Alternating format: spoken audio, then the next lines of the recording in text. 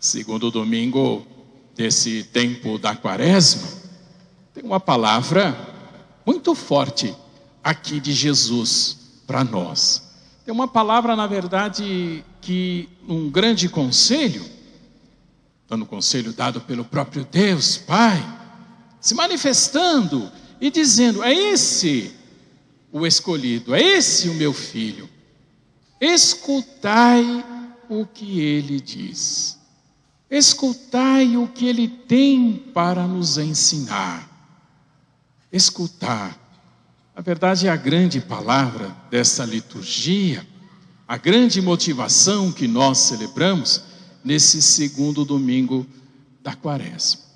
Deixar-nos guiar pelo próprio Deus, deixar-nos guiar por Jesus Cristo.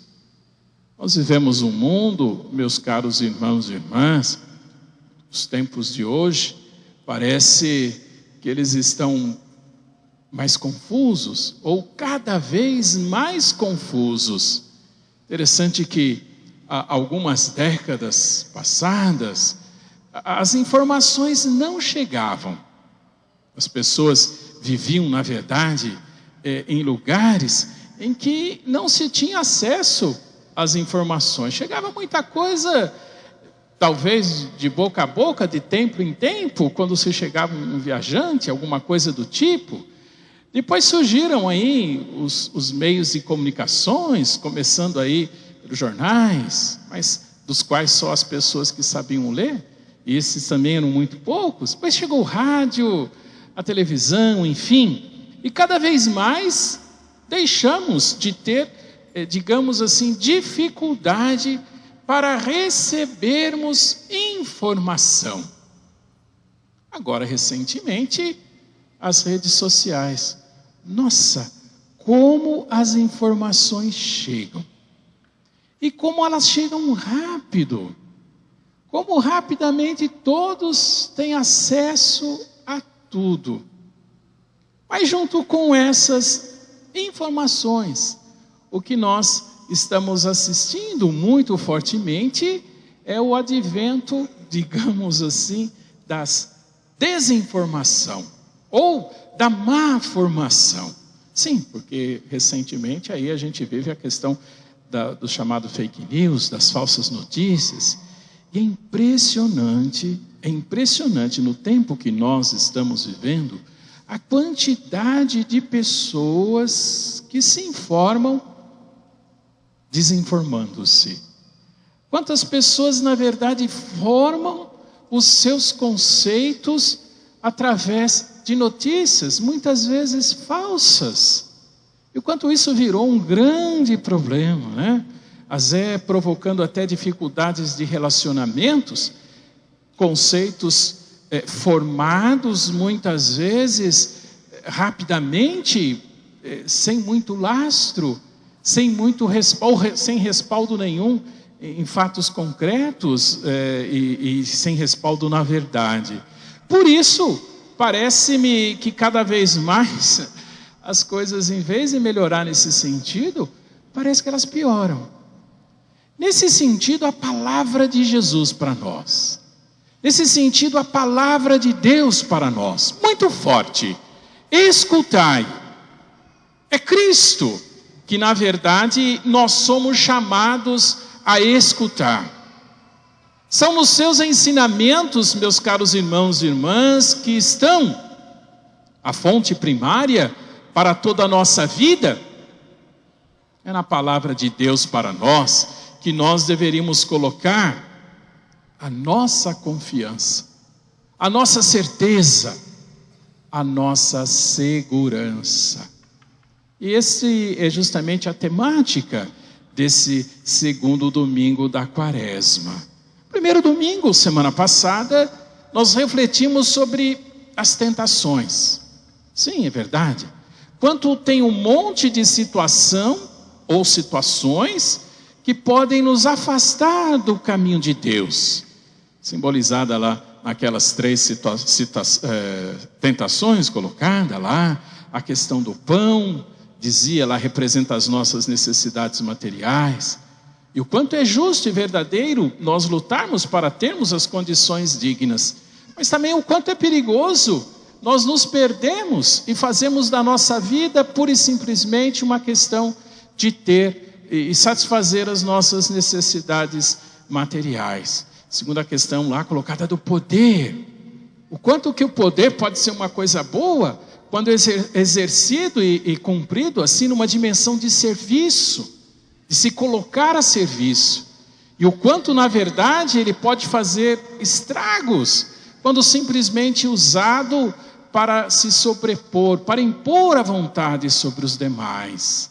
E a terceira tentação colocada lá, não tentará o Senhor teu Deus, nos refletimos que muitas vezes por falta de prudência, por falta de sabedoria, o quanto nos colocamos em situações de risco. Essa é a temática do primeiro domingo. Esse segundo domingo nos coloca e nos propõe justamente a partir dessa experiência chamada transfiguração. É verdade que o Evangelho de Lucas, que nós ouvimos, ele não usa esta palavra que os outros evangelhos usam. Não chega a falar aqui essa palavra transfiguração. A experiência narrada pelos outros evangelhos é a mesma situação, narrada com particularidades diferentes. Ele não fala, mas ele explica justamente esse fenômeno. Jesus, depois de subir a montanha, diz aí o texto, Lucas é o único que fala, para quê? Para rezar. Com os 3 discípulos mais próximos juntos. E Jesus se coloca na montanha em oração.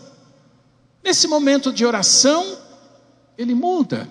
Ele começa a ficar, suas roupas ficam mais brancas. Ele começa como que um brilho que saía dele.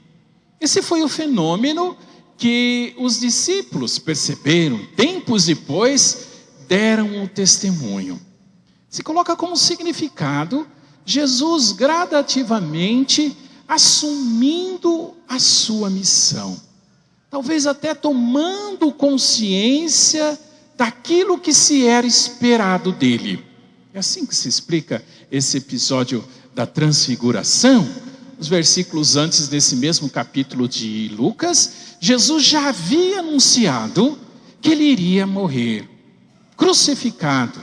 E após a sua morte, ele iria ressuscitar. É como se essa notícia que causa um impacto, né? Para um grupo que está empolgadíssimo no primeiro momento com Jesus, e como se Jesus fosse gradativamente mostrando os desdobramentos do significado de estar com Ele. Hoje, o Evangelho então coloca nessa dimensão. E após essa situação, esse fenômeno, essa revelação, essa Jesus brilhante, né? Como disse no Evangelho de Marcos, chamando transfigurado, parece Jesus conversando com Moisés e com Elias. Simbolicamente se assume essa conversa, ou então se assume Moisés e Elias como sendo o representante da lei, da chamada Torá, os 5 primeiros livros da Bíblia que fala da aliança. Elias, todos os profetas que anunciam o caminho de Deus, o caminho do Messias, o caminho da salvação para o povo de Israel. É como se Jesus dialogasse com todo o Antigo Testamento, para fazer, na verdade, uma nova compreensão. Não é por um acaso que Cristo ressuscitado, ao aparecer aos discípulos, primeiramente lá no chamado caminho de Emaús, diz lá o texto que ele começa a explicar as Escrituras, justamente reportado para nós nesse Evangelho de hoje. Explicar as Escrituras para que se pudesse compreender a dimensão da ressurreição de Cristo Jesus. Então, colocado para nós, meus caros irmãos e irmãs, nessa nossa caminhada desse tempo quaresmal, nos colocarmos com fé diante de Deus. Essa mesma fé, com toda certeza, que nos traz hoje, todos nós aqui, nessa igreja de Nossa Senhora das Graças. Para que nós possamos manhã de domingo, dia do Senhor, celebrar esta mesma fé em Cristo Jesus, nos alimentar, deixando-nos, instruindo-nos pela palavra de Deus, alimentar a nossa fé. A primeira leitura narra justamente a experiência de Abraão, uma experiência profunda de fé. Abraão acreditou em Deus. E a partir daí, Deus lhe faz uma promessa. Alguém que acredita que Deus vai transformar a sua vida a partir justamente dessa experiência de fé. Então fala aqui da aliança feita com Deus, especificamente com Abraão. Diz aí o texto que Abraão, quando tem a certeza de estar na presença de Deus, usa-se um termo, ele é tomado por um verdadeiro terror. O que seria esse? Na verdade, esse terror é um verdadeiro temor. É uma situação de que, uma vez na presença de Deus, fazer a experiência do acreditar.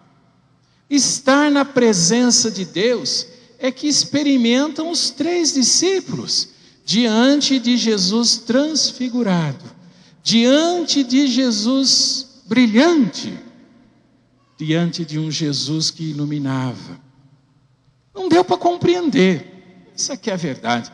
Tanto é que descendo da montanha, diz aí o trecho, eles sequer conseguiram falar para os outros daquela experiência. Talvez até eles não tivessem nem conversado entre eles. Estar na presença de Deus, fazer uma experiência de estar diante de Deus. Nós fazemos essa experiência, meus caros irmãos e irmãs, todas as vezes que acreditamos, todas as vezes que buscamos nos alimentar pelos ensinamentos de Jesus, todas as vezes que acolhemos no nosso coração a palavra anunciada. Então, nossa caminhada para com esse tempo da Quaresma, a gente lembra que o grande objetivo é nos prepararmos para a Páscoa. Não só a Páscoa que celebramos daqui umas semanas, não, a nossa Páscoa, o nosso momento, nossa passagem. Estarmos preparados, meus caros irmãos e irmãs, numa dimensão de fé para fazermos esta experiência do acreditar. Paulo lembra aos filipenses, colocando como um alerta, daqueles que se portam, ele diz assim, como os inimigos de Cristo. O que Paulo está se referindo são aquelas pessoas que, se perdendo nas suas tentações, dizem que escutam Cristo Jesus, mas na verdade escutam a si mesmo. Ele usa até um exemplo forte, né? São aquelas pessoas que se guiam pelo estômago, ou seja, pelas suas vontades, pelas suas necessidades. Sermos maiores, meus caros irmãos e irmãs, a partir do momento em que nos colocamos como menores diante de Deus, fazendo a experiência do acreditar. E Cristo Jesus, transfigurado, resplandecente, nos mostrando, na verdade, a sua glória, possa ser aquele que na verdade nós nos colocamos a nossa vida, a nossa expectativa, e aprendamos, apesar de todas as coisas que nós podemos ouvir, aprendamos a nos deixar guiar por esse mesmo Cristo Jesus.